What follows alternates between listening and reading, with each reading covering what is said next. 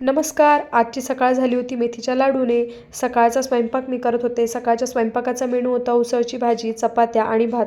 उसळची मसालेदार भाजी मी करून घेतली आणि त्यानंतर स्वयंपाक झाला. शुभ्रा शाळेतून आली. तिच्याबरोबर तिची पिझ्झाची फर्माईशसुद्धा घरी आली. दुपारचं काम आवरून मी टी व्ही बघत होते. त्याच्या दुसऱ्याच मिनिटाला मला आठवलं की डब्यात तर पीठ नाही. मी दळणाला बसले, दळण करून घेतलं आणि लगेच मी पिझ्झा करायला लागले. पिझ्झा करून घेतला.